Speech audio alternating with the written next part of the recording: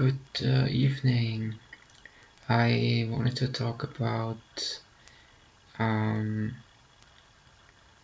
spiritual warfare and the thoughts that come to you, and how you can distinguish if the thoughts are demonic or from the Holy Spirit. And usually, if I would guess, most people have demonic thoughts. So if I would guess, I would say 9 out of 10 people have demonic influence in their life. That doesn't mean they are puking liters of green liquid and spinning their head 360 degrees. It's a very subtle influence. And one thing the demons hate, which I heard from a guy, is if you can completely turn off your inner monologue or inner dialogue and you stop thinking in sentences. Some people can do that.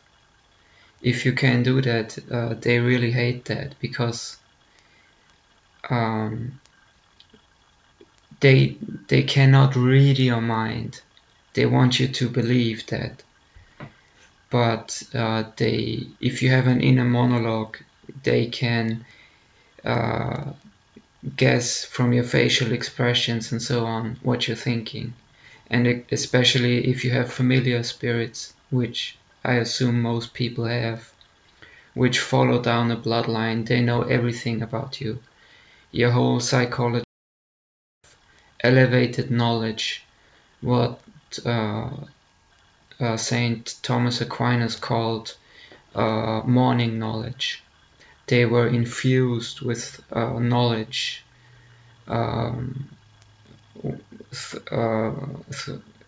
at the act of creation, when God created the heavens and the earth, that He created the angels, and they have this infused knowledge, so they know things that human beings cannot know. That's also why if you make a spiritual contract with a demon, you also have this elevated knowledge. So how can you differentiate between demonic voices? Most of the voices, the demonic voices that you have in your head, are compelling. So they want you to bring you to do things that you know you shouldn't do. And they are usually compelling voices, like there's a pencil on the floor, pick it up, nobody will ever know, you need a pencil. And so these voices sound like your own thoughts, but they are not.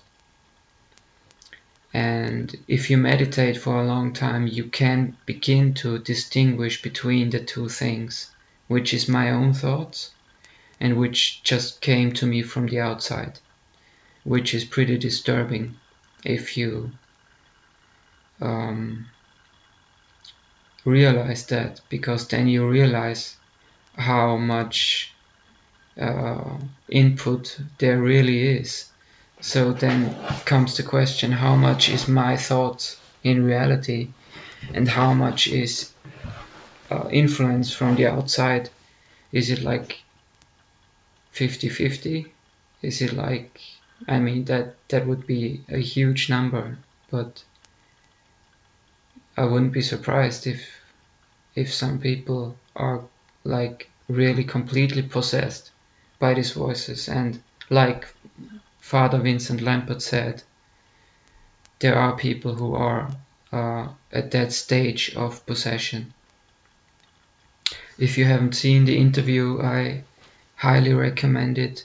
It's on my channel. It's called Father Vincent Lampert, The Reality of Exorcisms.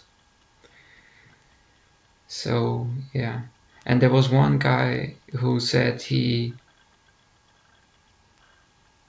he said he could switch off his inner thoughts completely, and that they really dislike that. If they cannot read you, they don't know what you will be doing.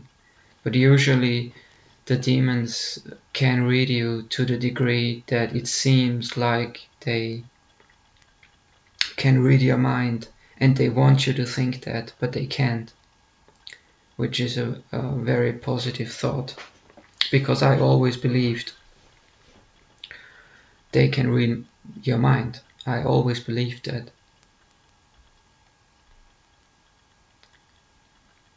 And so that gives you a whole nother level of paranoia if you think they can read your mind. Yeah. So yeah, so if you haven't seen the interview with Father Vincent Lampert, I highly recommend it. It's a great thing. So thank you for listening.